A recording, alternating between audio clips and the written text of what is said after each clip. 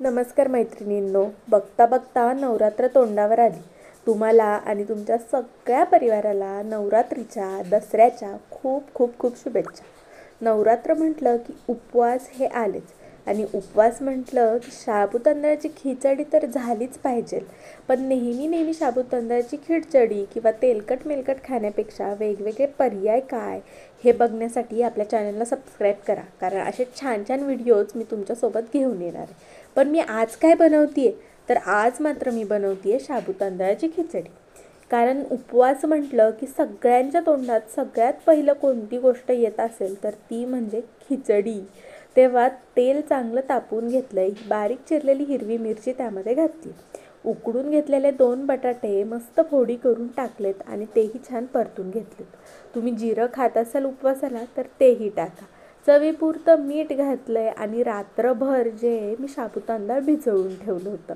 आता साबुदाणा भिजवायचं कसं हेही तुम्हाला माहीत नसेल किंवा मग तुम्ही भिजवलेल्या साबुदाण्याची खिचडी नेहमी नेहमी चिकट किंवा गिचकी होत असेल तर साबुदाणा परफेक्ट कसा भिजवायचा जेणेकरून अशी मोकळी ढाकळी खिचडी होते, याच्या टिप्सही मी देणारच आहे हो. पण तुम्ही चॅनलला सबस्क्राईब करा आणि बेल आयकॉनवर क्लिक करा, कारण जेव्हा मी तुम्हाला व्हिडिओ शेअर करेल तेव्हा तुम्हाला समजेल.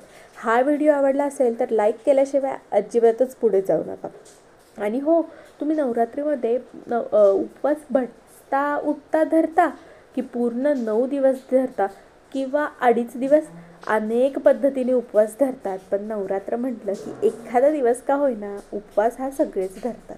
चवीपुरती साखर घातली तर आपल्या खिचडीला आणखीन मस्त चव येते, त्यामुळं मी पुन्हा साखर घातली. आणि जे साबुदाणा होतं त्याच्यावरती मीठ कमी पडू नये म्हणून आणखीन थोडंसं मीठही घातते. आता छान मिक्स करत करत आपल्याला ही खिचडी परतून घ्यायची. तुम्हाला आत्ता खिचडी जरी पांढरी पांढरी दिसत असली तरी व्हिडिओ शेवटपर्यंत पहा, खिचडी एकदम अप्रतिम बनते. लोखंडाच्या कढईत केलेली साबुदाण्याची खिचडी मला विशेष आवडते, कारण ती खूप खरपूस होते आणि मोकळी ढाकळी होते. तुमच्याकडे लोखंडाची कढई किंवा तवा असेल तर एकदा तुम्ही या पद्धतीनं लोखंडाच्या भांड्यामध्ये साबुदाण्याची खिचडी नक्की बनवून बघा. आता जे शेंगदाणे आपण सुरुवातीला भाजून घेतले होते ते थंड झाल्यानंतर ना मिक्सरमध्ये त्याचा असा ओबडधोबड जाडसर कूट करून घ्यायचा आहे. तुम्हाला शेंगदाणे दाताखाली आलेले आवडत नसतील तर अगदी बारीक कूट केला तरीही चालेल. आता साबुदाण्याची आपण एक वाफ काढून घेतलेली आहे, त्यामुळे थोडंसं चिकट दिसतंय, हरकत नाही.